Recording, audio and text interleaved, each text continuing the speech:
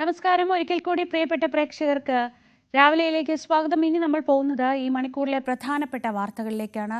ആശങ്കയുടെ വാർത്തകളുണ്ട്. പ്രത്യേകിച്ച് പാലക്കാട്, മലപ്പുറം ജില്ലകളിൽ നിപ്പ ഭീതി വീണ്ടും വരികയാണ്. ഒപ്പം വടക്കൻ ജില്ലകളിൽ മുഴുവൻ ശക്തമായ മഴയ്ക്ക് വീണ്ടും സാധ്യത വരികയാണ്. ഒരു ചെറിയ ഗ്യാപ്പ് കിട്ടിയിരുന്നു, അത് കഴിഞ്ഞു. ഇപ്പോൾ വീണ്ടും ശക്തമായ മഴ മുന്നറിയിപ്പുണ്ട്. നമുക്ക് വിശദമായി തന്നെ ആ വാർത്തകൾ നോക്കാം. ആദ്യം തലക്കെട്ടുകളിലേക്ക്. സംസ്ഥാനത്ത് വീണ്ടും നിപ്പ മരണം. ചികിത്സയിലിരുന്ന പാലക്കാട് കുമരംപുത്തൂർ സ്വദേശി മരിച്ചു. പ്രാഥമിക പരിശോധനയിൽ ഫലം പോസിറ്റീവ്. പാലക്കാട്, മലപ്പുറം ജില്ലകളിൽ വീണ്ടും നിപ്പ ജാഗ്രത.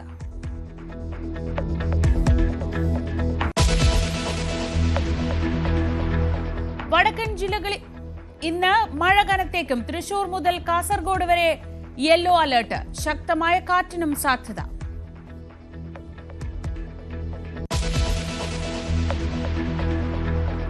സ്കൂൾ സമയമാറ്റത്തിൽ സമവായമുണ്ടാക്കാൻ സർക്കാരും സമസ്തയും. മാറ്റമില്ലെന്ന് വിദ്യാഭ്യാസ മന്ത്രി വീണ്ടും പറയുമ്പോഴും ചർച്ചയ്ക്ക് കളമൊരുങ്ങുന്നു. സർക്കാർ പറയുന്ന സമയത്ത് കൂടിക്കാഴ്ചയാകാമെന്ന സമസ്ത നേതൃത്വം. തർക്കം രാവിലത്തെ 1/4 മണിക്കൂറിനെ ചൊല്ലി.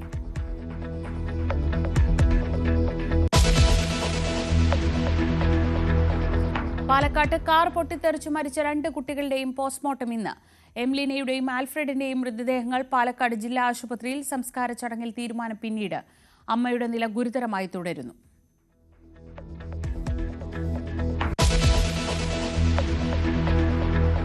ധർമ്മസ്ഥലയിലെ 100 കണക്കിന് കൊലപാതകങ്ങളുടെ ചുരുളഴിഞ്ഞത് PU കോളേജ് വിദ്യാർത്ഥിനി സൗജന്യയുടെ ദുരൂഹ മരണത്തോടെ. വർഷങ്ങൾക്ക് മുൻപ് സൗജന്യയുടെ മൃതദേഹം കണ്ടെത്തിയത് വീടിനടുത്ത കുറ്റിക്കാട്ടിൽ. ക്രൂരതയുടെ ചുരുളഴിച്ചത് ആക്ഷൻ കമ്മിറ്റിയുടെ പ്രവർത്തനം. വെളിപ്പെടുത്തൽ നടത്തിയ ശുചീകരണ തൊഴിലാളിക്ക് സുരക്ഷ കർശനമാക്കി പോലീസ്.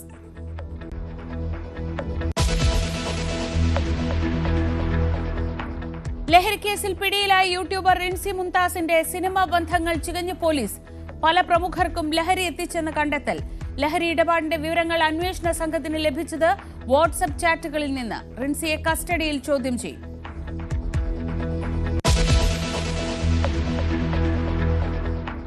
എഞ്ചിനീയറിംഗ് പ്രവേശനത്തിൽ വരുത്തിവെച്ച വിനയ്ക്ക് പരിഹാരം തേടി കേരളം. AICTE അനുവദിച്ച സമയം ഓഗസ്റ്റ് 14-ന് തീരും. കീം പ്രതിസന്ധി നീങ്ങാതെ പ്രവേശനം നടക്കില്ല. കേരള സിലബസ് വിദ്യാർത്ഥികളുടെ ഹർജിയിൽ സുപ്രീം കോടതി നിലപാടും നിർണായകം.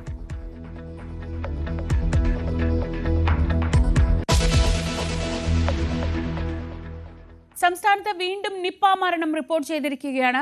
ചികിത്സയിലിരിക്കെ മരിച്ച പാലക്കാട് മണ്ണാർക്കാട് കുമരംപുത്തൂർ സ്വദേശിക്ക് നിപ്പ സ്ഥിരീകരിച്ചു. പ്രാഥമിക പരിശോധനാ ഫലം പോസിറ്റീവാണ്. CV അനുമോദ് വിവരങ്ങളുമായി. അനുമോദ്, കോഴിക്കോട് മെഡിക്കൽ കോളേജിൽ ചികിത്സയിലിരിക്കുന്ന യുവതിക്ക് പിന്നാലെയാണ് ഇപ്പോൾ അടുത്ത കേസ് കൂടി പോസിറ്റീവായി അറിയുന്നത്. ഒരു ചെറിയ ആശ്വാസം, സമ്പർക്ക പട്ടികയിലൊക്കെ ആളുകൾ നെഗറ്റീവാണെന്ന ആശ്വാസത്തിൽ ഇരിക്കുമ്പോഴാണ് ഇന്നലെ വൈകിട്ട് ഇങ്ങനെ ഒരു സ്ഥിരീകരണം വരുന്നത്. എന്താണ് ഈ മരിച്ച ആളെ സംബന്ധിച്ചുള്ള വിവരങ്ങൾ? എത്ര ദിവസമായി ഇയാൾ ചികിത്സയിലായിരുന്നു? എന്തൊക്കെയാണ് വിവരങ്ങൾ?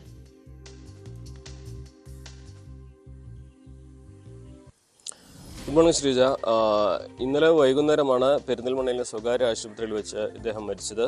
അദ്ദേഹം ഈ മണ്ണാർക്കാട് കുമരംപുത്തൂർ സ്വദേശിയാണ്. 58 വയസ്സ് എന്നാണ് നമുക്ക് അറിയാനാകുന്നത്. മഞ്ചേരി മെഡിക്കൽ കോളേജ് നടത്തിയ പ്രാഥമിക പരിശോധനയിലാണ് നിപ ഇദ്ദേഹത്തിന് സ്ഥിരീകരിച്ചിട്ടുള്ളത്. ഇനി പൂനെ വൈറോളജി ലാബിൽ നിന്നുള്ള ഫലം ഔദ്യോഗികമായിട്ട് വരാനുണ്ട്. അതിനുശേഷമേ മറ്റ് വിശദാംശങ്ങൾ അധികൃതർ പുറത്തുവിടുകയുള്ളൂ. പക്ഷേ ഇതിൽ ഏറ്റവും പ്രധാനപ്പെട്ട ഒരു കാര്യം, ഇപ്പോൾ ചികിത്സയിലുള്ള 38-കാരിയുടെ സമ്പർക്ക പട്ടികയിൽ ഉൾപ്പെട്ട ആളല്ല ഇദ്ദേഹം എന്നുള്ളതാണ്. ഈ തച്ചനാട്ടുകരയും കുമരംപുത്തൂരും തമ്മിൽ ഏകദേശം 15 കിലോമീറ്റർ അധികം ദൂരം വ്യത്യാസമുണ്ട്. അപ്പോൾ ഇത് 2 ഇടങ്ങളിലായി വന്ന അല്ലെങ്കിൽ സംഭവിച്ച അസുഖമാണ് എന്ന് തന്നെയാണ് മനസ്സിലാക്കാനാകുന്നത്. 38-കാരിയിൽ നിന്ന് പകർന്നതല്ല, അല്ലെങ്കിൽ ആ ഒരു മേഖലയിൽ നിന്ന് അല്ല ഇദ്ദേഹത്തിന് രോഗബാധ ഉണ്ടായിട്ടുള്ളത് എന്നാണ് പ്രാഥമികമായിട്ട് ലഭ്യമാകുന്ന വിവരം. പക്ഷേ അത് ആശങ്കയുണ്ടാക്കുന്നതാണ്. കാരണം ആ ഒരു 15 കിലോമീറ്ററൊക്കെ സ്വാഭാവികമായിട്ടും വവ്വാലുകൾക്ക് പറന്നു പോകാൻ കഴിയാത്തത്ര ദൂരമൊന്നും അല്ലാത്തതുകൊണ്ട് തന്നെ ഇതിൻ്റെ ഒരു പറക്കുന്നതിൻ്റെ ഒരു സാധ്യത, പറക്കുന്നത് ഇത്രയും ദൂരമൊക്കെ പറക്കുന്നത് സ്വാഭാവികമായതുകൊണ്ട് ആ ഒരു മേഖല ഒന്നാകെ അത്തരത്തിലൊരു ജാഗ്രതയുടെ ആവശ്യമുണ്ട് എന്ന് തന്നെ വേണം മനസ്സിലാക്കുവാൻ. ഇത് സംബന്ധിച്ചുള്ള ഈ നിയന്ത്രണങ്ങളെക്കുറിച്ചൊക്കെ ഇന്ന് ഉച്ചയോടെ DMOയും അതുപോലെ ആരോഗ്യവകുപ്പിൻ്റെ ഉന്നത ഉദ്യോഗസ്ഥരും ജില്ലാ കളക്ടറും പ്രഖ്യാപിക്കുമെന്നാണ് അറിയാൻ കഴിയുന്നത്. ഏറ്റവും പ്രധാനം നിപയുടെ ഭീതി നിലനിൽക്കുന്നുണ്ട് മണ്ണാർക്കാട് മേഖലയിൽ എന്നുള്ളതാണ്. നിലവിൽ തന്നെ 38-കാരി അതീവ ഗുരുതരാവസ്ഥയിൽ ചികിത്സയിലാണ്. ആ ഒരു മേഖലയിൽ 5 മേഖലകൾ ഇപ്പോഴും കണ്ടെയ്ൻമെൻറ്റ് സോണിലാണ് ഇപ്പോഴും ഉള്ളത്. അതിന് പുറമെയാണ് ഇപ്പോൾ മണ്ണാർക്കാട് തന്നെ മറ്റൊരു നിപ മരണം സ്ഥിരീകരിച്ചിട്ടുള്ളത്. ഏറ്റവും പ്രധാനപ്പെട്ട ഒരു കാര്യം, ഇദ്ദേഹത്തിനെ ഈ പെരിന്തൽമണ്ണയിലേക്ക് കൊണ്ടുവന്ന് ഇന്നലെയാണ് അദ്ദേഹത്തെ പെരിന്തൽമണ്ണയിലേക്ക് കൊണ്ടുവന്നതെന്നാണ് അറിയാൻ കഴിയുന്നത്. കൊണ്ടുവന്ന് ഇന്നലെ തന്നെ മരണം സ്ഥിരീകരിക്കുകയും ചെയ്തു. അപ്പോൾ ഒരുപക്ഷെ ഈ നിപയാണെന്ന് തിരിച്ചറിയാൻ വൈകുന്നത്, നേരത്തെ മങ്കടയിലെ ആ പെൺകുട്ടിക്ക് ഉണ്ടായതുപോലെ നിപയാണെന്ന് തിരിച്ചറിയാൻ വൈകുന്നത് എന്തുകൊണ്ട്, അതിൻ്റെ ലക്ഷണങ്ങൾ മാറുന്നുണ്ടോ, നിപയുടെ സ്വഭാവം മാറുന്നുണ്ടോ എന്നീ ആശങ്കകളും ചോദ്യങ്ങളും ഒക്കെ ആരോഗ്യവകുപ്പിന് മുമ്പിൽ ഉയരുന്നുണ്ട്. ഇതിനൊക്കെ തന്നെ എങ്ങനെ ഒരു കൃത്യമായ വിശദീകരണം എന്നുള്ള കാര്യം ഇപ്പോഴും നമുക്ക് ലഭ്യമായിട്ടില്ല. നമുക്ക് വ്യക്തമായിട്ടുള്ള ഒരു കാര്യം, ഇപ്പോൾ മരിച്ച വ്യക്തിയും നേരത്തെ നിപ സ്ഥിരീകരിച്ച 38-കാരിയും ഒരു പ്രദേശത്തല്ല, അദ്ദേഹം ഇവരുടെ സമ്പർക്കപ്പട്ടികയിൽ ഉണ്ടായിരുന്ന ആളല്ല എന്നുള്ളത് മാത്രമാണ് കൃത്യമായിട്ട് നമുക്ക് ഇപ്പോൾ സ്ഥിരീകരിക്കാൻ കഴിഞ്ഞിട്ടുള്ള ഒരു കാര്യം. അത് മാത്രമാണ്. ശ്രീജ, അനുമോദ്, ഒരു പ്രധാനപ്പെട്ട കാര്യമുള്ളത്, ഇപ്പോൾ ഇദ്ദേഹത്തെ ഈ ആശുപത്രിയിലേക്ക് പ്രവേശിപ്പിക്കുന്നതിന് മുൻപ് തന്നെ 2 ക്ലിനിക്കുകളിൽ ചികിത്സ തേടിയിരുന്നു എന്നൊക്കെ പറയുന്നുണ്ട്. അപ്പോൾ സ്വാഭാവികമായും നമുക്കറിയാം, കുമരംപുത്തൂർ അല്ലെങ്കിൽ അതുപോലെയുള്ള മേഖലകളിലൊക്കെ ആദ്യം പനി വരുമ്പോൾ ചിലപ്പോൾ തൊട്ടടുത്തുള്ള ക്ലിനിക്കിലായിരിക്കും പോകുന്നത്. അവിടെ ഇത്തരത്തിലൊരു ഈ നിപ്പയുടെ ഒരു സാഹചര്യമൊക്കെ നിലനിൽക്കുമ്പോഴും ഇങ്ങനെ കണ്ടെയ്ൻമെൻറ്റ് സോൺ ആക്കുന്നുണ്ട്, അങ്ങനെ വലിയ രീതിയിലുള്ള പ്രതിരോധ പ്രവർത്തനങ്ങളൊക്കെ നടക്കുമ്പോഴും ഒരു ചെറിയ ക്ലിനിക്കിൽ ചെന്നാലും ഇങ്ങനെയൊരു സാധ്യതയുണ്ട് എന്ന തരത്തിലൊരു ജാഗ്രത ഉണ്ടാവേണ്ടതുണ്ട്. അത് എത്രത്തോളം ഈ മലപ്പുറം, പാലക്കാട് ജില്ലകളിലൊക്കെ നിലനിൽക്കുന്നുണ്ട്?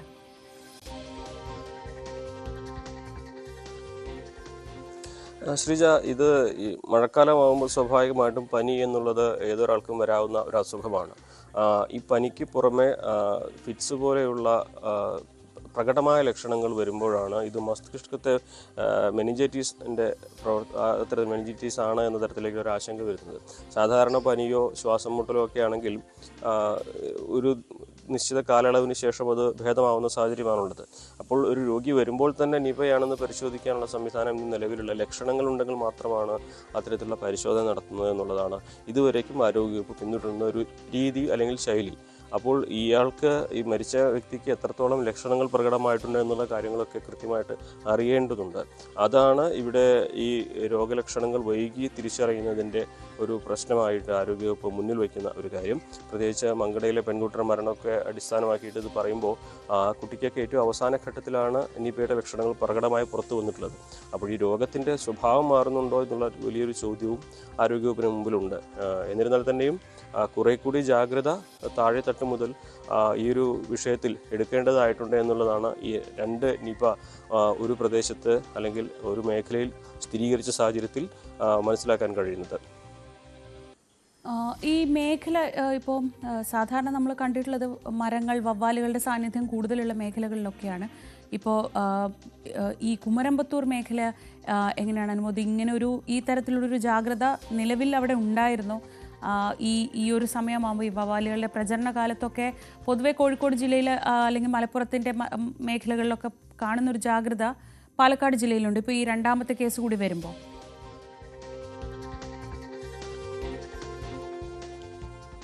തീർച്ചയായും ഒരു മേഖല നമുക്കറിയാം. മണ്ണാർക്കാട് പ്രദേശം എന്ന് പറയുമ്പോൾ തന്നെ മലയോര മേഖലയോട് വനമേഖലയോടൊക്കെ ചേർന്ന് നിൽക്കുന്ന ഒരു പ്രദേശമാണ്, അല്ലെങ്കിൽ അത്തരത്തിലൊരു ഭൂപ്രകൃതിയാണ് അവിടെ ഉള്ളത്. അതുകൊണ്ട് തന്നെ ഗ്രാമപ്രദേശങ്ങളും ഇത്തരത്തിൽ വവ്വാലുകൾക്ക് പ്രജനനത്തിൻ്റെ സാഹചര്യത്തിൽ അല്ലെങ്കിൽ അതിൻ്റെ ഒരു ഘട്ടത്തിൽ ഒരുപാട് അവർക്ക് ആവാസ വ്യവസ്ഥയ്ക്ക് അനുയോജ്യമായ ഭൂപ്രകൃതി ഉള്ള ഒരു മേഖലയാണ് മണ്ണാർക്കാട്. അങ്ങനെ വരുമ്പോൾ ആ മേഖലകൾ കേന്ദ്രീകരിച്ച് കുറെ കൂടി ശക്തമായ നിരീക്ഷണവും അല്ലെങ്കിൽ ഇത്തരത്തിലുള്ള പ്രവർത്തനങ്ങൾ ആവശ്യമായിട്ട് വരുമെന്നുള്ളത്. ഇപ്പോൾ കുമരംപുത്തൂർ പഞ്ചായത്ത് വൈസ് പ്രസിഡന്റ് ശ്രീമതി റസീന വറോഡൻ നമ്മളോടൊപ്പം ടെലിഫോൺ ലൈനുണ്ട്. ശ്രീമതി റസീന, വലിയ വിഷമമുണ്ടാക്കുന്ന ഒരു വാർത്തയാണ് വരുന്നത്, ഒപ്പം അതോടൊപ്പം ആശങ്കയുമുണ്ട്. നിലവിൽ ഈ ഒരു 15 കിലോമീറ്റർ ചുറ്റളവിലാണ് ഇപ്പോൾ 2ാമത്തെ കേസും കൂടെ വരുന്നത്. ആ ഭാഗത്ത് ഇപ്പോൾ ഇങ്ങനൊരു വാർത്ത വരുമ്പോൾ നിങ്ങൾക്കൊരു ആശങ്കയുണ്ടാവും, ഭീതി ഉണ്ടാവും. എങ്ങനെയാണ് പഞ്ചായത്തിൻ്റെ ഭാഗത്തുനിന്ന് ഈ ഒരു സമയത്തുള്ള പ്രവർത്തനങ്ങൾ എന്തൊക്കെയാണ് ഈ ഇദ്ദേഹത്തിൻ്റെ അസുഖബാധയുമായി ബന്ധപ്പെട്ട് നിങ്ങൾക്ക് അറിയാവുന്ന വിവരങ്ങൾ? ഞങ്ങൾക്ക് പ്രത്യേകിച്ച് വിവരങ്ങളൊക്കെ ഒന്നും ഉണ്ടായിട്ടുണ്ടായിരുന്നില്ല. ഞങ്ങൾ ഇന്നലെ രാത്രി ഹെൽത്ത് നിന്ന് വിളിച്ചപ്പോഴാണ് ഇതിന്റെ വിവരങ്ങൾ അറിയുന്നത്. ആ ഭാഗത്തൊക്കെ ഇപ്പോൾ ഒരു 15 കിലോമീറ്റർ ദൂരമേ ഉള്ളൂ ഇപ്പം ചികിത്സയിലുള്ള അവരുടെ ഒരു ഭാഗമൊക്കെ ആയിട്ട്. അപ്പം അങ്ങനെ ഒരു കേസ് വന്നതിന് ശേഷം ഈ നിങ്ങളുടെ ആ ഭാഗത്തേക്കൊക്കെ അത്തരത്തിലൊരു ജാഗ്രതയൊക്കെ ഉണ്ടായിരുന്നോ? ഇല്ലല്ല, 2 ദിവസമായിട്ടുള്ളൂ പനി ഉണ്ടായിട്ട് തന്നെ. ഈ ഇദ്ദേഹത്തിന് പനി ഉണ്ടായിട്ട് 2 ദിവസമേ ആയിട്ടുള്ളൂ? 2 ദിവസമായിട്ടുള്ളൂ. ആ 2 ദിവസത്തിലും ഒരു ഹോസ്പിറ്റലുകളിൽ പോവും, പിന്നെ ഡോക്ടറെ കാണും ചെയ്തിട്ടുണ്ട്. ഈ വേറെന്തെങ്കിലും അസുഖം ഉണ്ടായിരുന്ന ആളാണോ? അങ്ങനെ എന്തെങ്കിലും വിവരങ്ങൾ അറിയാമോ? അറിയില്ല, അതിനെ പറ്റിയിട്ടൊന്നും അറിയില്ല. നിങ്ങളുടെ ഈ ഭാഗത്ത് ഈ വവ്വാലുകളുടെ സാന്നിധ്യമൊക്കെ ഉള്ള മേഖലയാണോ ഈ പഞ്ചായത്തിൽ? പഞ്ചായത്തില് 11ാം വാർഡിലുണ്ട് കുറച്ച്, പക്ഷെ ഇത് 10ാം വാർഡിലാണ് സംഭവം ഉണ്ടായിട്ടിട്ട്. പിന്നെ ഇയാള് ഇടക്കെന്തോ അട്ടപ്പാടി എന്തോ പോയി വരാറുണ്ട് ഇത്രേ. അവിടെ എന്തോ ഒരു ജോലി ആവശ്യത്തിനെ ഇടക്ക് അവിടെ പോയി വരാറുണ്ട്. ഒരാഴ്ചയിൽ ഒരു തവണയൊക്കെ പോകലുണ്ട് ഇത്രേ. പൂർണ്ണമായിട്ട് വിവരങ്ങൾ അറിയില്ല അല്ലേ? അതില്ലല്ല. ശരി, വളരെ നന്ദി ശ്രീമതി റസീന പ്രതികരിച്ചതിന്. ഇന്നലെ രാത്രിയാണ് ഇങ്ങനെ ഒരു വിവരം പുറത്തു വരുന്നത്. അപ്പോൾ അതുകൊണ്ട് തന്നെ സ്വാഭാവികമായി അവർക്കുൾപ്പെടെ ഹെൽത്ത് ഡിപ്പാർട്ട്മെൻറ്റിൽ നിന്ന് ഇന്നലെ വൈകി ലഭിച്ച വിവരങ്ങൾ മാത്രമാണ് അറിയാവുന്നത്. ഒരുപക്ഷെ വരും മണിക്കൂറുകളിൽ നമുക്ക് കൂടുതൽ വിവരങ്ങൾ എടുക്കാൻ കഴിയും. എന്തായാലും പാലക്കാട് മണ്ണാർക്കാട് കുമരമ്പത്തൂർ സ്വദേശി കൂടി മരിച്ചു. അദ്ദേഹം ഇന്നലെയാണ് മരിച്ചത്. പ്രാഥമിക പരിശോധനയിൽ നിപ ബാധ സ്ഥിരീകരിച്ചിരിക്കുകയാണ്. ഇനി വളരെ വിശദമായ പരിശോധന പൂനെയിലെ വൈറോളജി ലാബിലാണ് നടത്തുക. ആ ഫലം കൂടി വരേണ്ടതുണ്ട്. പക്ഷേ ഇതിപ്പോൾ 2ാമത്തെ നിപ മരണം. അനുമോദ്, ആ തരത്തിൽ നോക്കുമ്പോൾ സാധാരണ കഴിഞ്ഞ വർഷമൊക്കെ നമ്മുടെ ഏറ്റവും വലിയൊരു ശക്തി എന്ന് പറയുന്നത്, അല്ലെങ്കിൽ ധൈര്യം എന്ന് പറയുന്നത്, നിപയെ പ്രതിരോധിക്കാൻ കഴിഞ്ഞു എന്നതായിരുന്നു അതിനു മുൻപുണ്ടായിരുന്ന അനുഭവം വെച്ച്. പക്ഷേ ഇതിപ്പോൾ അറിയുന്നില്ല എന്നത് ഒരു വലിയ ആശങ്കയായി മാറുന്നില്ലേ?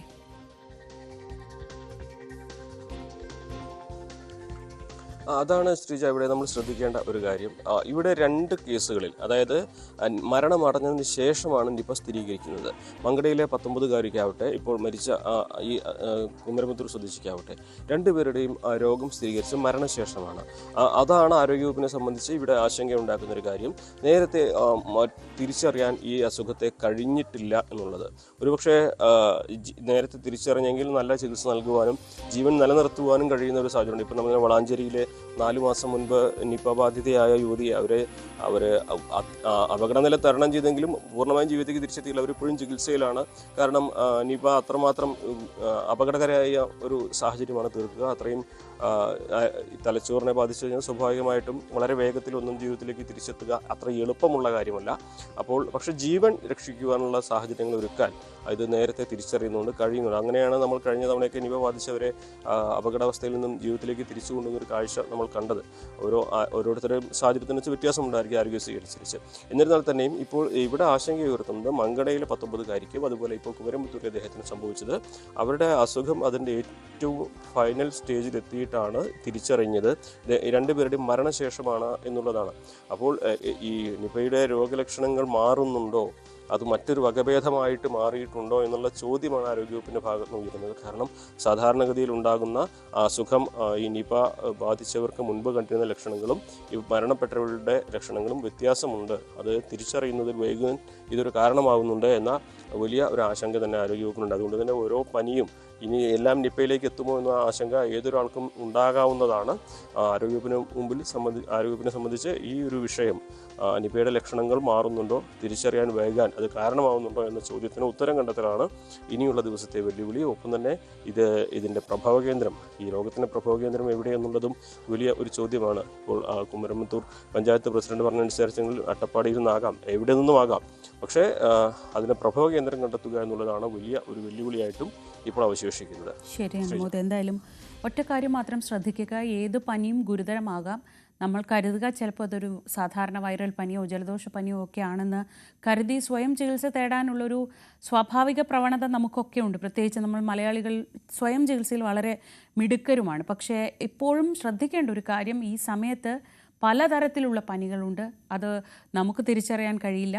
ഇപ്പോൾ നിപയുടേതാണെങ്കിൽ പോലും ലക്ഷണങ്ങൾ മാറിയിട്ടുണ്ടോ എന്ന് വരെ സംശയമുണ്ട്. എന്തായാലും പ്രാരംഭ ലക്ഷണം എന്ന് പറയുന്നത് എപ്പോഴും പനി, തലവേദന, ചുമ, തൊണ്ടവേദന, ശ്വാസതടസ്സം, ഛർദി, ഒപ്പം കടുത്ത ക്ഷീണം, പേശിവേദന, ഇതൊക്കെയാണ് സാധാരണ പനിയുടെ ലക്ഷണങ്ങൾ തന്നെയാണ്. ഇതൊക്കെയാണ് നിപ്പയുടെ പ്രാഥമിക ലക്ഷണങ്ങളുള്ളത്. പക്ഷേ ഇതിൻ്റെ ഒരു അടുത്ത ഘട്ടത്തിലേക്ക് വരുമ്പോൾ ഈ മസ്തിഷ്ക വീക്കത്തിലേക്ക് പോകാം, എൻസെഫലൈറ്റിസിലേക്ക്.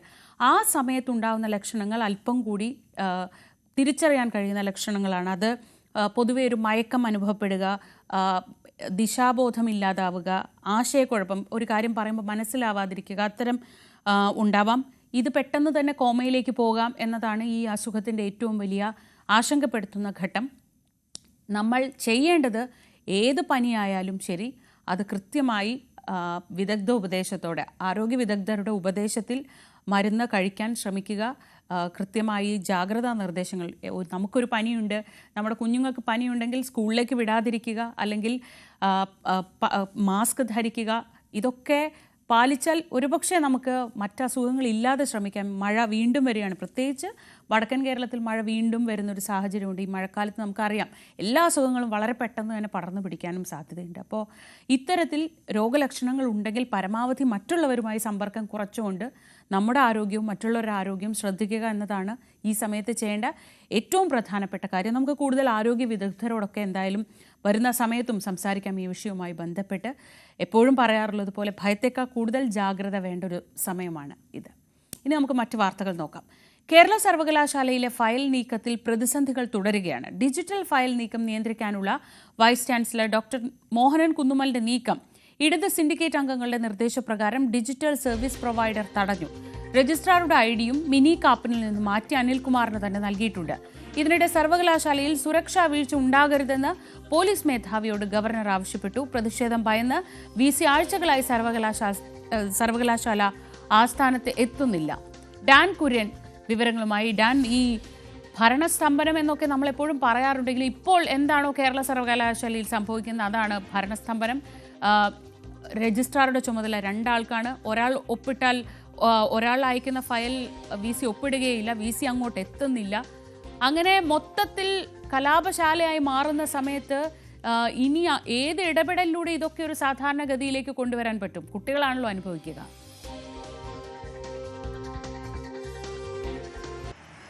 ഭാരതാംബ വിവാദവുമായി ബന്ധപ്പെട്ട് കേരള സർവകലാശാലയിൽ തുടങ്ങിയ പ്രശ്നങ്ങളാണ് രജിസ്ട്രാറായിരുന്ന അനിൽകുമാറിൻ്റെ സസ്പെൻഷനിലേക്ക് നയിച്ചത്. അതിനെ ചോദ്യം ചെയ്തുകൊണ്ട് കേരള സർവകലാശാലയിലെ ജീവനക്കാരുടെ സംഘടനയും അതോടൊപ്പം തന്നെ ഇടത് വിദ്യാർത്ഥി പ്രസ്ഥാനങ്ങളും തെരുവിലേക്ക് പ്രതിഷേധം വ്യാപിപ്പിച്ചതോടെയാണ് അക്ഷരാർത്ഥത്തിൽ കേരള സർവകലാശാലയുടെ പ്രവർത്തനം തന്നെ സ്തംഭിക്കുന്ന തരത്തിലേക്ക് കാര്യങ്ങൾ എത്തിയത്. ഏറ്റവും ഒടുവിൽ അതിന് വലിയ നേർസാക്ഷ്യമായി മാറുന്നത് ഈ ഫയലുകൾ ഒപ്പിടുന്ന ഫയൽ നീക്കവുമായി ബന്ധപ്പെട്ട് ഉണ്ടായിരിക്കുന്ന പ്രതിസന്ധിയാണ്. ഡിജിറ്റൽ ഫയലുകൾ നിയന്ത്രിക്കുന്നതിന് വേണ്ടി വൈസ് ചാൻസലർ കൂടിയായ ഡോക്ടർ മോഹൻ കുന്നുമൽ നടത്തിയ ഇടപെടലുകൾ സർവീസ് പ്രൊവൈഡറിനെ ഉപയോഗിച്ചുകൊണ്ട് തടയിട്ടിരിക്കുകയാണ് ഇടത് സിൻഡിക്കേറ്റ് അംഗങ്ങൾ. അതുകൊണ്ട് തന്നെ ഈ ഫയൽ നീക്കം സുഗമമായി നടക്കുന്നില്ല. മാത്രവുമല്ല, ഇതിൻ്റെ ഡൊമൈൻ, രജിസ്ട്രാറുടെ ഡൊമൈൻ ഡോക്ടർ മിനി കാപ്പനിൽ നിന്ന് മാറ്റി പകരം ചുമതല അനിൽകുമാറിന് തന്നെ ഈ ഇടത് സിൻഡിക്കേറ്റ് അംഗങ്ങളുടെ നേതൃത്വത്തിൽ നൽകിയിരിക്കുകയാണ്. ഇങ്ങനെ ഒരു സാങ്കേതികമായ ഒരു ടെക്നിക്കൽ ഇഷ്യൂ കൂടി അവിടെ ക്രിയേറ്റ് ചെയ്യപ്പെടുന്ന ഒരു സാഹചര്യമാണുള്ളത്. അതിൽ ഏത് തരത്തിലുള്ള നടപടിയായിരിക്കും ഇനി ഈ വിഷയത്തിൻ്റെ പരിഹാരത്തിന് വേണ്ടി വൈസ് ചാൻസലർ നടത്തുക എന്നതാണ് അറിയാനുള്ളത്. നമുക്കറിയാം, അദ്ദേഹം വിദേശ സന്ദർശനത്തിന് ശേഷം മടങ്ങിയെത്തിയെങ്കിലും സർവകലാശാല ആസ്ഥാനത്തേക്ക് ഈ കനത്ത പ്രതിഷേധങ്ങളുടെ പശ്ചാത്തലത്തിൽ എത്താതെ ഇരിക്കുന്ന ഒരു സാഹചര്യമുണ്ട്. ഒരുപക്ഷെ വലിയ തരത്തിലുള്ള പ്രതിഷേധങ്ങൾ മോഹൻ കുന്നുമൽ സർവകലാശാല ആസ്ഥാനത്തെത്തിയാൽ ഇടത് പ്രവർത്തകരുടെ ഭാഗത്തു നിന്ന്, ഇടത് യുവജന സംഘടനകളുടെ ഭാഗത്തു നിന്ന് ഉണ്ടാകാനുള്ള സാധ്യത മുന്നിൽ കണ്ടുകൊണ്ടാണ് അത്തരത്തിലുള്ള സന്ദർശനം അദ്ദേഹം ഒഴിവാക്കുന്നത് എന്നാണ് മനസ്സിലാക്കാൻ കഴിയുന്നത്. അതേസമയം നിലവിലെ സംഘർഷങ്ങളുടെ പശ്ചാത്തലത്തിൽ സർവകലാശാലയ്ക്ക് കൃത്യമായ സുരക്ഷ ഒരുക്കണമെന്ന് ചൂണ്ടിക്കാണിച്ചുകൊണ്ട് ചാൻസലർ കൂടിയായ ഗവർണർ DGPയെ ഇക്കാര്യം അറിയിച്ചിട്ടുണ്ട്. അടിയന്തരമായ ക്രമസമാധാന പ്രശ്നങ്ങൾ നേരിടുന്നതിന് വേണ്ടിയിട്ടുള്ള ഇടപെടൽ കൃത്യമായി പോലീസിൻ്റെ ഭാഗത്തു നിന്നുണ്ടാകണമെന്നാണ് ഗവർണർ ഡോക്ടർ രാജേന്ദ്ര വിശ്വനാഥ് അർലേക്കർ ഈ സർവകലാശാല ആസ്ഥാനത്തും അതോടൊപ്പം പോലീസ് മേധാവിയെയും അറിയിച്ചിരിക്കുന്നത്. സുരക്ഷയുടെ കാര്യത്തിൽ യാതൊരു തരത്തിലുള്ള വിട്ടുവീഴ്ചകളും ഉണ്ടാകാൻ പാടില്ല എന്ന കർശനമായ നിർദ്ദേശമാണ് നൽകിയിരിക്കുന്നത്. അവിടെ ഏത് തരത്തിലായിരിക്കും ഇനിയൊരു ഇടപെടൽ ഉണ്ടാകുക പോലീസിന്റെ ഭാഗത്തുനിന്ന്? അതായത് കഴിഞ്ഞ ദിവസം SFI നടത്തിയ മാർച്ചിൽ വലിയ തരത്തിലുള്ള പ്രതിഷേധങ്ങൾ സർവകലാശാല കവാടത്തിലുണ്ടായിട്ടും പോലീസ് നോക്കുകുത്തിയാകുകയായിരുന്നു ആദ്യ മിനിറ്റുകളിൽ എന്ന വലിയ തരത്തിലുള്ള ആക്ഷേപങ്ങൾ ഉയർന്നതിന് പിന്നാലെയാണ് ചാൻസലർ കൂടിയായ ഗവർണർ ഈ വിഷയത്തിൽ ഇടപെട്ടുകൊണ്ട് അത്തരത്തിലുള്ള പ്രശ്നങ്ങൾ, സുരക്ഷാ വീഴ്ചകൾ ഇനി ആവർത്തിക്കരുതെന്ന കൃത്യമായ നിർദ്ദേശം സംസ്ഥാന പോലീസ് മേധാവിക്ക് കൈമാറിയിരിക്കുന്നത്. ഡാൻ, ഇതോടൊപ്പം ഇനി എഞ്ചിനീയറിംഗ് പ്രവേശന നടപടികളിലേക്ക് വന്നാൽ അവിടെയും ആകെ കുളം കലങ്ങിയിരിക്കുകയാണ്. AICT അനുവദിച്ച ആ സമയപരിധി ഓഗസ്റ്റ് 14-ന് പൂർത്തിയാവും. പക്ഷേ അപ്പോഴത്തേക്കും ഈ കോടതി നടപടികൾ ഇനി ഇങ്ങനെ മുന്നോട്ട് പോവുകയാണെങ്കിൽ അങ്ങനെ ഒരു ആ സമയം പാലിക്കാൻ എന്തായാലും കഴിയില്ല എന്നത് ഉറപ്പാണ്. സുപ്രീം കോടതിയിലേക്ക് കേരള സിലബസിലെ കുട്ടികൾ പോകുന്നു എന്ന വാർത്ത കൂടിയുണ്ടല്ലോ. ഈ സാഹചര്യത്തിൽ ഈ AICT ടൈം ഫ്രെയിം പാലിക്കാൻ കഴിഞ്ഞില്ലെങ്കിൽ കേരളം എന്ത് ചെയ്യും?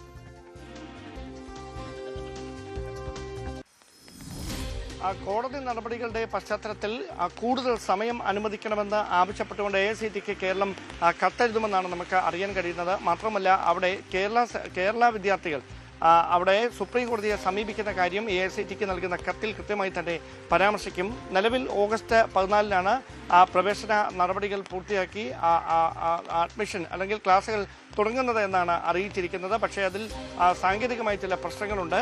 അതുകൊണ്ട് സാവകാശം നീട്ടി നൽകണമെന്ന കാര്യമായിരിക്കും ഈ കത്തിലൂടെ AICTക്ക് കേരളം കൈമാറുന്ന കത്തിൽ വ്യക്തമാക്കുക. മാത്രമല്ല സുപ്രീം കോടതിക്ക് കേരള വിദ്യാർത്ഥികൾ നൽകുന്ന കത്തിൽ അല്ലെങ്കിൽ പരാതിയിൽ ഏത് തരത്തിലായിരിക്കും കോടതിയുടെ ഭാഗത്തുനിന്നൊരു ഇടപെടൽ ഉണ്ടാകുക എന്നതുകൂടി ശ്രദ്ധേയമായി മാറും. കോടതി ഈ വിഷയത്തിൽ നടത്തുന്ന നിരീക്ഷണമായിരിക്കും ഇനി അങ്ങോട്ട് ഈ സാവകാശം നീട്ടി നൽകണമോ എന്ന കാര്യത്തിൽ ഒരു അന്തിമമായ തീർപ്പിലേക്ക് നയിക്കുക. എന്തായാലും ഈ വിഷയങ്ങൾ ചൂണ്ടിക്കാണിച്ചുകൊണ്ട് അധിക സമയം അനുവദിക്കണമെന്ന ആവശ്യം ചൂണ്ടിക്കാണിച്ചുകൊണ്ടായിരിക്കും AICTക്ക് കേരളം കത്ത് നൽകുക.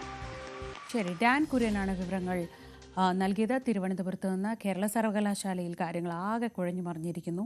അതുപോലെ തന്നെ എഞ്ചിനീയറിംഗ് പ്രവേശനത്തിൻ്റെ കാര്യത്തിലും ആകെ ഒരു കൺഫ്യൂഷനാണ്. ഇനി AICTക്ക് കേരളം കത്ത് നൽകുക എന്നതാണ് അടുത്ത നടപടിയുള്ളത്. നമുക്ക് മറ്റ് വാർത്തകളിലേക്ക് മടങ്ങിയെത്താം ഇടവേളയ്ക്ക് ശേഷം.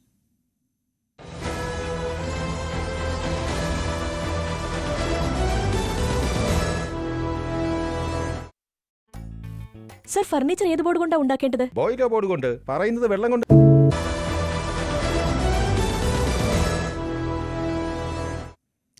കൊച്ചിയിൽ MDMAയുമായി പിടിയിലായ യൂട്യൂബർ റിൻസി മുംതാസിന്റെ സിനിമാ ബന്ധങ്ങൾ പരിശോധിച്ച പോലീസ്. സിനിമാ മേഖലയിലുള്ള പ്രമുഖർക്ക് റിൻസി ലഹരി എത്തിച്ചുവെന്ന് കണ്ടെത്തിയതിന് പിന്നാലെയാണ് അന്വേഷണം. പ്രതി ഇടപാട് നടത്തിയവരുടെ ലിസ്റ്റ് പോലീസ് ശേഖരിച്ചിട്ടുണ്ട്. വാട്സപ്പ് ചാറ്റുകളിൽ നിന്നും വൻതോതിൽ ലഹരി വിറ്റതിന്റെയും വാങ്ങിയതിന്റെയും കണക്കുകളും കിട്ടി. അതിനിടെ കൊച്ചിയിലെ പ്രധാന ലഹരി ഇടപാടുകാരിയായ പള്ളുരുത്തി സ്വദേശി ലിജിയെ പോലീസ് പിടികൂടി. നവമി ദിനേശ് വിവരങ്ങളുമായി. നവമി, ഒരു ഇടവേളയ്ക്ക് ശേഷം വീണ്ടും ഈ ലഹരി വലയിലേക്ക് പോലീസിന്റെ ഒരു കൈ എത്തുകയാണ്. ഇപ്പോൾ ഈ റിൻസി എന്ന് പറയുന്ന ആൾ എത്രത്തോളം ഇതിലൊരു പ്രധാനപ്പെട്ട കണ്ണിയാണ്, പ്രത്യേകിച്ച് സിനിമാ മേഖലയുമായി ബന്ധപ്പെട്ട് എത്രത്തോളം പ്രധാനപ്പെട്ട വ്യക്തിയാണെന്നാണ് പോലീസ് എത്തിയിട്ടുള്ള നിഗമനം? എങ്ങനെയൊക്കെയാണ് അന്വേഷണങ്ങൾ പുരോഗമിക്കുന്നത്? ഈ ലിജിയുടെ വിശദാംശങ്ങൾ എന്താണ്?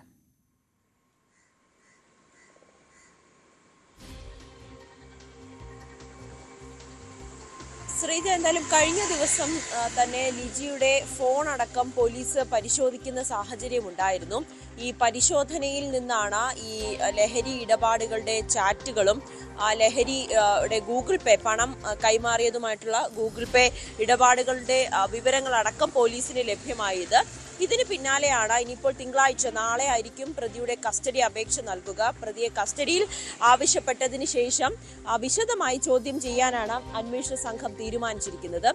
ഇപ്പോൾ പോലീസിൽ നിന്നും ലഭിക്കുന്ന വിവരം അനുസരിച്ച് ഈ റിൻസി ലഹരി ഇടപാട് നടത്തിയത്, അതായത് ഈ സിനിമാ മേഖലയിലെ ഒരു PR കമ്പനിയിലാണ് പ്രവർത്തിക്കുന്നത്. ഒപ്പം യൂട്യൂബ് ചാനലൊക്കെ ഉണ്ട്.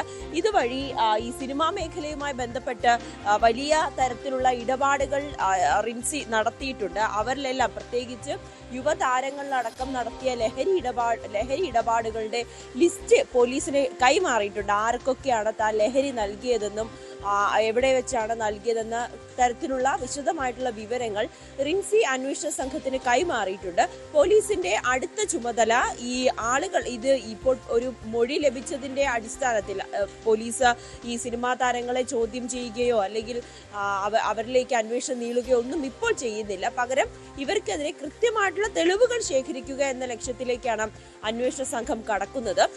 കൃത്യമായിട്ടുള്ള തെളിവുകൾ ശേഖരിച്ചതിന് ശേഷം അവരെ ചോദ്യം ചെയ്യാൻ വിളിപ്പിക്കുന്ന അടക്കമുള്ള കാര്യങ്ങളിലേക്ക് കടക്കാനാണ് അന്വേഷണ സംഘം തീരുമാനിച്ചിരിക്കുന്നത്. അതിനു മുൻപ് റിൻസിയെ കസ്റ്റഡിയിൽ ആവശ്യപ്പെടും. വിശദമായി ചോദ്യം ചെയ്യണം. കുറച്ചുകൂടി കാര്യങ്ങൾ റിൻസിയിൽ നിന്നും ആൺ സുഹൃത്ത് യാസറിൽ നിന്നും ഒക്കെ ചോദിച്ചറിയേണ്ടതുണ്ട്. അതിനുവേണ്ടി നാളെ കസ്റ്റഡി അപേക്ഷ നൽകാനാണ് തീരുമാനിച്ചിരിക്കുന്നത്. തെളിവെടുപ്പ് അടക്കം നടത്തേണ്ടതുണ്ട്. ഇവരുടെ ഫോണിലെ പരിശോധനയിൽ നിന്നുമാണ് നിർണായകമായിട്ടുള്ള വിവരങ്ങൾ ലഭിക്കുകയും ചെയ്തത്. എന്തായാലും ആ രീതിയിലായിരിക്കും ഈ റിൻസിയുമായി ബന്ധപ്പെട്ട കേസിൽ അന്വേഷണം പുരോഗമിക്കുന്നത്. എന്തായാലും സിനിമാ മേഖലയിലേക്കുള്ള അന്വേഷണം വ്യാപിപ്പിച്ചു എന്ന് തന്നെയാണ് അന്വേഷണ സംഘം വ്യക്തമാക്കുന്നത്. അതോടൊപ്പം തന്നെയാണ് കൊച്ചിയിലെ തന്നെ പ്രധാനപ്പെട്ട ലഹരി ഇടപാടുകൾ നടത്തുന്ന യുവതിയും പിടിയിലായിട്ടുണ്ട്. ലിജിമോളാണ് പിടിയിലായിരിക്കുന്നത്. ലിജിയാണ്, പള്ളുരുത്തി സ്വദേശി ലിജിയാണ് പിടിയിലായിരിക്കുന്നത്. ലോഡ്ജിലെത്തി ലഹരി വാങ്ങുന്നതിന് വേണ്ടി ലോഡ്ജിലെത്തുമ്പോഴാണ് പോലീസിന്റെ പിടിയിലാകുന്നത്. ഇങ്ങനെ ലിജിയെ ലഹരി ഇടപാടുകാരിയാണെന്ന വിവരം അന്വേഷണ സംഘത്തിന് ലഭിച്ചിരുന്നു. അതിന്റെ അടിസ്ഥാനത്തിൽ നടത്തിയ പരിശോധനയിലാണ് ഇവരെ ലഹരിയുമായി പിടികൂടിയത്. 24 ഗ്രാം MDMA ആണ് ഇവരിൽ നിന്നും പിടികൂടിയത്. ബംഗളൂരിൽ നിന്നും ലഹരി എത്തിച്ച് കൊച്ചിയിലെത്തിച്ച് വിദ്യാർത്ഥികൾക്കും ഈ യുവാക്കൾക്കും ഇടയിലൊക്കെ വലിയ രീതിയിൽ ലഹരി കച്ചവടം നടത്തുന്ന ആളാണ് ലിജി എന്ന് മനസ്സിലാകുന്നുണ്ട്. എന്തായാലും ലിജിയയ്ക്കൊപ്പം തന്നെ അവിടെ ലഹരി വാങ്ങാനെത്തിയ മറ്റുള്ളവരെയും ഒക്കെ അന്വേഷണ സംഘം അന്വേഷിച്ചു വരികയാണ്. അവരെയൊക്കെ വരും ദിവസങ്ങൾ അല്ലെങ്കിൽ വരും മണിക്കൂറിൽ അറസ്റ്റ് ചെയ്യുമെന്നാണ് വ്യക്തമാകുന്നത്. ശരി, നവമി ദിനേശാണ് വിവരങ്ങൾ നൽകിയത് കൊച്ചിയിൽ നിന്ന്. പാലക്കാട് പൊൽപ്പുള്ളിയിൽ കാർ പൊട്ടിത്തെറിച്ചുണ്ടായ അപകടം നമ്മളെയൊക്കെ ഏറെ വേദനിപ്പിച്ചതാണ്. അപകടത്തിൽ മരിച്ച 2 കുട്ടികളുടെയും പോസ്റ്റ്മോർട്ടം ഇന്ന് നടക്കും. 6 വയസ്സുകാരൻ ആൽഫ്രഡ്, 4 വയസ്സുകാരി എമിലീന എന്നിവരുടെ മൃതദേഹം ഇന്നലെ രാത്രിയോടെ പാലക്കാട് ജില്ലാ ആശുപത്രിയിൽ എത്തിച്ചു. പോസ്റ്റ്മോർട്ടത്തിന് ശേഷം മൃതദേഹം സ്വകാര്യ ആശുപത്രിയിലെ മോർച്ചറിയിൽ സൂക്ഷിക്കും. സംസ്കാര ചടങ്ങ് പിന്നീടായിരിക്കും തീരുമാനിക്കുക. കുട്ടികളുടെ അമ്മ എൽസിയുടെ നില ഗുരുതരമായി തുടരുകയാണ്. മൂത്തമകൾ അലീനയും കൊച്ചിയിലെ സ്വകാര്യ ആശുപത്രിയിൽ തന്നെയാണ് ചികിത്സയിലുള്ളത്. നവമി ദിനേശ് വിവരങ്ങളുമായി. നവമി, വലിയ വേദനിപ്പിക്കുന്ന വാർത്തയാണ്. അച്ഛൻ മരിച്ചിട്ട് മാസങ്ങളെ ആയിട്ടുള്ളൂ. അതിനിടയിൽ ഈ 2 കുഞ്ഞുങ്ങളെ കൂടി നഷ്ടപ്പെട്ടിരിക്കുന്നു. ഈ മൃതദേഹം എപ്പോഴാണ് പാലക്കാട്ടേക്ക് കൊണ്ടുപോയത്? എന്തൊക്കെ വിവരങ്ങളാണ് നമുക്ക് ആശുപത്രിയിൽ നിന്ന് ലഭിക്കുന്നത്?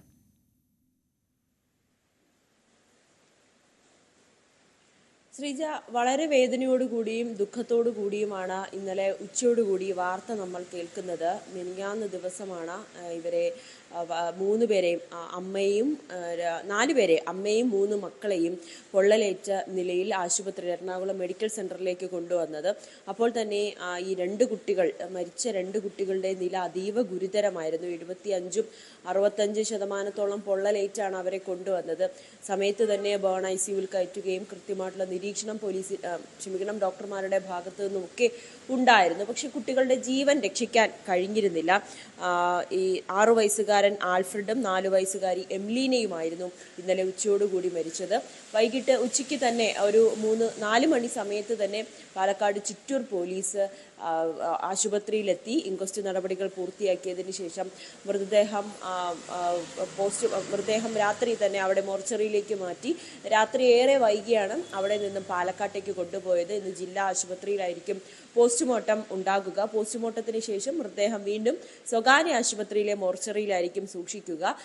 ഈ അമ്മയുടെ നില കൂടി അറിഞ്ഞതിന് ശേഷം മാത്രം മതി മറ്റ് പൊതുദർശനം, സംസ്കാരം അടക്കമുള്ള കാര്യങ്ങളെന്നാണ് കുടുംബത്തിന്റെ തീരുമാനം. ഇന്നോ നാളെയോ ആയിട്ട് അമ്മയ്ക്ക് ബോധം വരികയാണെങ്കിൽ കുട്ടികളുടെ അമ്മയോട് ഈ കാര്യം അറിയിച്ചതിന് ശേഷം മാത്രം മതി കുട്ടികളുടെ സംസ്കാരം നടത്തുന്നതെന്നാണ് കുടുംബത്തിന്റെ തീരുമാനം. പക്ഷെ അമ്മയും അതീവ നില ഗുരുതരമായി തന്നെ തുടരുകയാണ്. 45% പൊള്ളലുണ്ടെന്നാണ് ആശുപത്രിയിൽ നിന്നും വ്യക്തമാക്കുന്നത്. അങ്ങനെ അവരെ രക്ഷിക്കുന്നതിന് വേണ്ടിയിട്ടുള്ള വിദഗ്ധ ചികിത്സ മെഡിക്കൽ സെന്ററിൽ നടത്തിക്കൊണ്ടിരിക്കുകയാണ്. മൂത്ത മകൾ അവളുടെ അപകടനില തരണം ചെയ്തു എന്ന് തന്നെ ഇന്നലെ തന്നെ ഡോക്ടർമാർ പറഞ്ഞിരുന്നു. 25% പൊള്ളൽ മാത്രമേ ഉള്ളതുകൊണ്ട് മറ്റ് ഈ പൊള്ളലേറ്റതിൻ്റെ ബുദ്ധിമുട്ടുകളല്ലാതെ മറ്റ് അപകടകരമായിട്ടുള്ള രീതിയിലേക്ക് ആ കുട്ടി പോയിട്ടില്ല. ബോധം തിരിച്ചു കിട്ടിയ അവസ്ഥയിലാണ്. ബന്ധുക്കളടക്കം ഇപ്പോഴും ആശുപത്രിയിൽ തുടരുകയാണ്. മരിച്ച 2 കുട്ടികളുടെയും പോസ്റ്റ്മോർട്ടവും അതിനുശേഷം മൃതദേഹം മോർച്ചറിയിലുമായിരിക്കും സൂക്ഷിക്കുക. അമ്മയോട് ഇക്കാര്യം പറഞ്ഞതിന് ശേഷം മതി സംസ്കാരം എന്നാണ് കുടുംബത്തിലെ മറ്റംഗങ്ങളുടെ ആവശ്യം. അതിനു വേണ്ടിയിട്ടാണ് ഇപ്പോൾ മൃതദേഹം സൂക്ഷിച്ചിരിക്കുന്നത്. എന്തായാലും ഏറെ ഞെട്ടലോടുകൂടിയാണ് നമ്മൾ ഈ വാർത്ത കാണുന്നത്. ഇങ്ങനെ കാർ സ്റ്റാർട്ട് ചെയ്തതിന് ശേഷമാണ് പെട്ടെന്നൊരു ഷോർട്ട് സർക്യൂട്ടാണ് തീപിടിക്കാൻ കാരണമെന്നാണ് മനസ്സിലാകുന്നത്. പെട്ടെന്ന് കുട്ടികളെ രക്ഷിക്കുവാനോ അല്ലെങ്കിൽ ഒരു രക്ഷാപ്രവർത്തനം നടത്താനോ നാട്ടുകാർക്കും കഴിഞ്ഞില്ല. അത്രയേറെ തീ ആളിപ്പടരുന്ന സാഹചര്യമായിരുന്നു. വണ്ടിയിൽ നിന്നും ഇറങ്ങി പൊള്ളലേറ്റ പാടെയാണ് ഈ എൽസിയുടെ നിലവിളി കേട്ടാണ് നാട്ടുകാരടക്കം ഓടിക്കൂടി കുട്ടികളെ രക്ഷിക്കാൻ വേണ്ടിയിട്ടുള്ള പ്രവർത്തനങ്ങളൊക്കെ തുടങ്ങിയതും. അതിനുശേഷം അവിടുത്തെ പാലക്കാട് ആശുപത്രിയിലേക്ക് കൊണ്ടുപോയെങ്കിലും ഈ പൊള്ളലേറ്റവർക്ക് വിദഗ്ധ ചികിത്സ നൽകുന്ന ആശുപത്രി ആയതിനാലാണ് അന്ന് രാത്രിയോടുകൂടി തന്നെ എറണാകുളം മെഡിക്കൽ സെന്ററിലേക്ക് കൊണ്ടുവന്നത്. എന്തായാലും ഇവരുടെ ചികിത്സയെല്ലാം സർക്കാർ തന്നെ വഹിക്കുമെന്ന് നേരത്തെ തന്നെ അറിയിച്ചിരുന്നു. അതിനിടയിലാണ് കുട്ടികളെ രക്ഷിക്കാൻ ഏറെ ശ്രമിച്ചുവെങ്കിൽ പോലും അവരുടെ മരണം സ്ഥിരീകരിക്കുന്ന സാഹചര്യമായിരുന്നു. ശ്രീജ. ശരി നവമി, മറ്റൊരു പ്രധാനപ്പെട്ട വാർത്ത അല്ലെങ്കിൽ മറ്റൊരു വേദനിപ്പിക്കുന്ന വാർത്ത കൂടി കൊച്ചിയിൽ നിന്ന് വരുന്നത് പുത്തൻകുരിശിൽ 3 മാസം പ്രായമുള്ള ഒരു നായക്കുട്ടിയോട് കാണിച്ച ക്രൂരതയുടെ വാർത്തയാണ്. കെമിക്കൽ ലായനി മുഖത്തേക്ക് ഒഴിച്ചതോടെ പുത്തൻകുരിശ് സ്വദേശി നയനയുടെ ഉടമസ്ഥതയിലുള്ള നായക്കുട്ടിയുടെ കാഴ്ച നഷ്ടപ്പെട്ടു. ആന്തരിക അവയവങ്ങൾക്ക് പൊള്ളലേറ്റിട്ടുമുണ്ട്. നവമി ദിനേശ് തന്നെ വിവരങ്ങൾ നൽകും. നവമി, രാവിലെ നിന്ന് ഈ വിഷമിപ്പിക്കുന്ന വാർത്തകൾ പറയുന്നത് വലിയ പ്രയാസമുള്ള കാര്യമാണ്. ഞാനാണെങ്കിൽ ഒരു പെറ്റ് പാരൻറ്റും കൂടിയാണ്. ഇതൊക്കെ കാണുമ്പോൾ സഹിക്കുകയില്ല. ഈ 3 മാസം പ്രായമുള്ള ഒരു പട്ടിക്കുട്ടി എന്ത് ചെയ്തിട്ടാണ് ഈ ക്രൂരത? അതും പ്രത്യേകിച്ച് അയൽവാസികളെയാണ് അവർക്ക് സംശയം തോന്നുന്നു. എന്താണ് നമുക്ക് കിട്ടുന്ന വിവരങ്ങൾ?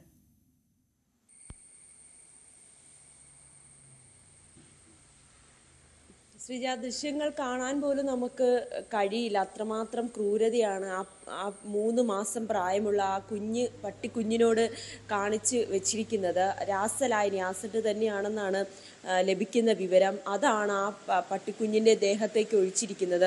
അതിൻ്റെ കണ്ണുകൾക്കൊക്കെ ഗുരുതരമായ ഒരു കണ്ണിൻ്റെ കാഴ്ച നഷ്ടപ്പെട്ടു. മറ്റൊരു കണ്ണിൻ്റെ കാഴ്ച ഭാഗികമായി നഷ്ടപ്പെട്ട നിലയിലാണ്.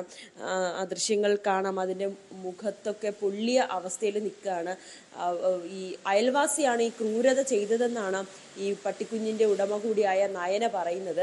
കുറച്ച് നാളുകളായി ഇവർ തമ്മിൽ ചില വഴക്കുകളൊക്കെ, വാക്കുതർക്കങ്ങളൊക്കെ നിലനിന്നിരുന്നു. അതൊക്കെ പ്രശ്നം പരിഹരിച്ചതാണ്. അതിനിടയിൽ ഈ പട്ടിക്കുഞ്ഞിനെ അഴിച്ചുവിട്ട് കടിപ്പിക്കാൻ ശ്രമിച്ചു എന്ന രീതിയിൽ വ്യാജ പരാതിയൊക്കെ പുത്തൻകുരിശ് പോലീസ് സ്റ്റേഷനിൽ ഈ അയൽവാസി നൽകുകയും ഒക്കെ ചെയ്തിരുന്നു എന്നാണ് നയന പറയുന്നത്.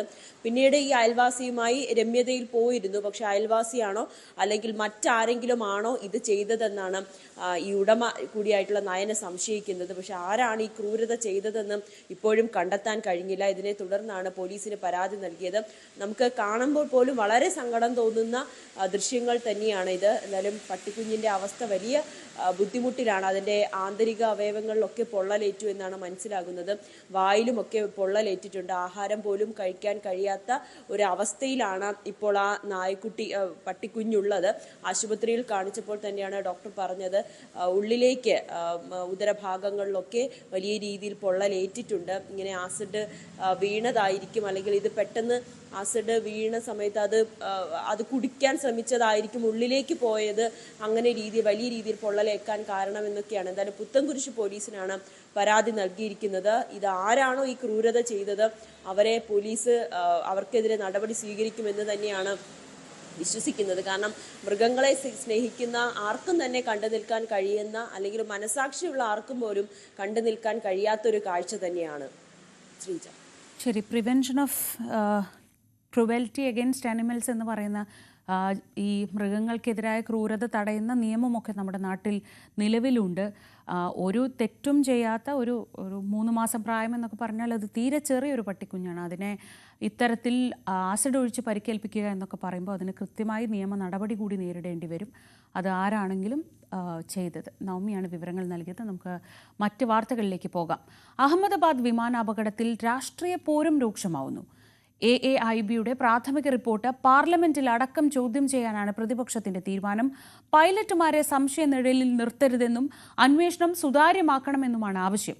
MG മിഥുൻ വിവരങ്ങളുമായി. മിഥുൻ, ഇന്നലെ AAIBയുടെ പ്രാഥമിക റിപ്പോർട്ട് വന്നപ്പോൾ തന്നെ ഇത്തരത്തിൽ ബോയിങ് കമ്പനിയെ ഇതിന്റെ ഉത്തരവാദിത്വത്തിൽ നിന്നും മാറ്റി നിർത്തിക്കൊണ്ട് ഈ പൈലറ്റുമാരിലേക്ക് മുഴുവൻ കുറ്റവും ചുമത്തുന്ന തരത്തിലൊരു റിപ്പോർട്ടാണ് എന്നൊരു ആരോപണം ആദ്യഘട്ടം മുതൽക്കേ ഉണ്ട്.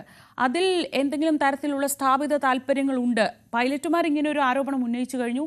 പ്രതിപക്ഷം ഇപ്പോൾ പറയുന്നത് ഇതിൽ ഏതെങ്കിലും തരത്തിലുള്ള ഒത്തുകളി നടക്കുന്നു എന്നാണോ? എന്തൊക്കെയാണ് ഇതുമായി ബന്ധപ്പെട്ട് ഇപ്പോൾ ഉയരുന്ന വിവാദങ്ങൾ?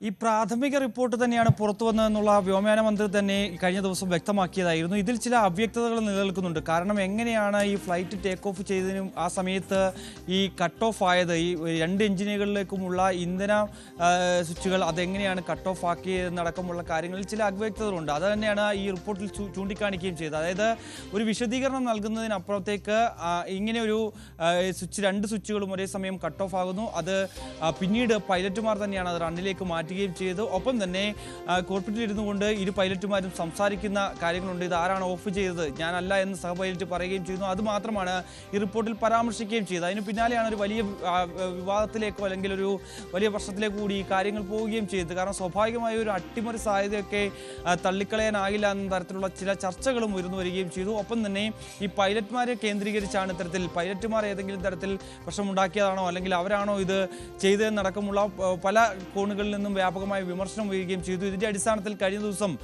പൈലറ്റുമാരുടെ അസോസിയേഷൻ തന്നെ രംഗത്ത് വന്നിരുന്നു. കാരണം നേരത്തെ 2018 തന്നെ ഈ ഒരു സാങ്കേതികത്വം സംബന്ധിച്ച് ചൂണ്ടിക്കാണിച്ചതാണ്. കാരണം ഈ വിമാനം ടേക്ക് ഓഫ് ചെയ്തതിന് ശേഷം ഇത്തരത്തിൽ ഈ കട്ട് ഓഫ് ചെയ്യുക അല്ലെങ്കിൽ റണ്ണിലേക്ക് മാറ്റുക എന്നുള്ള ഒരു ചില സാങ്കേതിക തടസ്സങ്ങളുണ്ട്. അതിൽ ഒരു പരിശോധന വേണമെന്നുള്ള ആവശ്യം നേരത്തെ തന്നെ 2018 തന്നെ ചൂണ്ടിക്കാണിച്ചതാണ്. അതിന്റെ പരിശോധനകൾ ഇതുവരെയും നടന്നിട്ടില്ല. മറ്റ് US കമ്പനികളും ഒക്കെ തന്നെ സമാനമായ രീതിയിലുള്ള ആവശ്യം മുന്നോട്ട് വെച്ചതും അവർ ചൂണ്ടിക്കാണിക്കുകയും ചെയ്തു. ഈ ഒരു സാഹചര്യത്തിൽ തങ്ങളെ മാത്രം പഴിചാരിക്കൊണ്ടുള്ള ഒരു റിപ്പോർട്ട് പുറത്തിറക്കരുത്, സുതാര്യമായ ഒരു അന്വേഷണം വേണമെന്നുള്ള ആവശ്യമാണ് പൈലറ്റ് അസോസിയേഷൻ മുന്നോട്ട് വെക്കുകയും ചെയ്തത്. മറ്റൊന്ന്, പ്രതിപക്ഷം ഇതിൽ ചൂണ്ടിക്കാണിക്കുന്ന പ്രധാനപ്പെട്ട വിമർശനം എന്ന് പറയുന്നത് എന്തുകൊണ്ട് ഇത്രയും അവ്യക്തമായിട്ടുള്ള റിപ്പോർട്ട് പുറത്തുവിട്ടു, കൃത്യമായ അന്വേഷണം നടക്കാതെ ആരെയെങ്കിലും പഴിചാരിക്കൊണ്ടുള്ള രീതിയിലുള്ള ഒരു റിപ്പോർട്ട് പുറത്തുവിടാൻ പാടില്ലായിരുന്നു എന്നുള്ള രീതിയിലുള്ള ഒരു വിമർശനമാണ് പ്രതിപക്ഷത്തിന്റെ ഭാഗത്തു നിന്ന് വരുന്നത്. സ്വാഭാവികമായും ഈ മാസം 21-ന് പാർലമെന്റ് സമ്മേളനം ചേരാനിരിക്കുകയാണ്.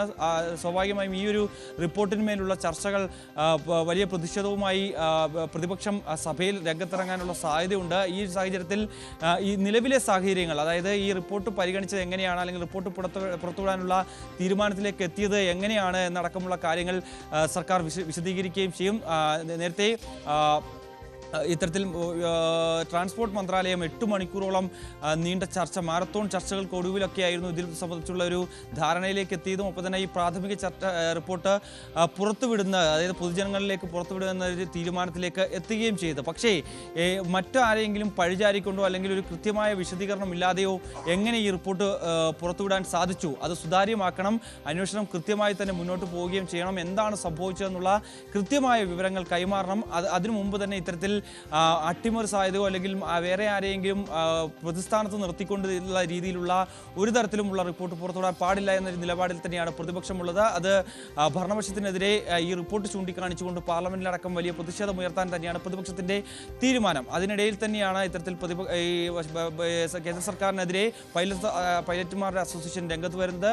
കൂടാതെ തന്നെ ഈ സാങ്കേതികത്വം അത് പരിഹരിക്കണം, കൃത്യമായ അന്വേഷണം നടക്കണം, എങ്ങനെയാണ് ഇത് സംഭവിച്ചത്. നേരത്തെ തന്നെ അതിൽ നിന്ന് ഈ പരിശോധനയിൽ തന്നെ വ്യക്തമായതാണ്. പറന്നുയരുന്നതിന് മുമ്പ് തന്നെ ഈ 2 സ്വിച്ചുകളും കട്ട് ഓഫ് ആയതാണ്. അതെങ്ങനെയാണ് ആയത് എന്നടക്കമുള്ള കൃത്യമായ റിപ്പോർട്ട് തയ്യാറാക്കണം. പക്ഷേ ഇത് വിദഗ്ധരൊക്കെ ചൂണ്ടിക്കാണിക്കുന്ന പോലെ തന്നെ 1 വർഷത്തോളം സമയമെങ്കിലും എടുത്തേക്കും ഇത്തരത്തിലൊരു അന്തിമ റിപ്പോർട്ട് തയ്യാറാക്കാൻ എന്നുള്ളത് തന്നെയാണ്. എല്ലാ വർഷവും പരിശോധിച്ചു വരികയാണ് എന്നാണ് വ്യോമയാന മന്ത്രി കഴിഞ്ഞ ദിവസം വ്യക്തമാക്കുകയും ചെയ്തത്. പക്ഷേ അടുത്തിടെ ഇവർ പറയുന്നതനുസരിച്ച് ഒരു 3 മാസത്തിനുള്ളിൽ തന്നെ ഒരു അന്തിമ റിപ്പോർട്ടിലേക്ക് എത്താൻ സാധിക്കും.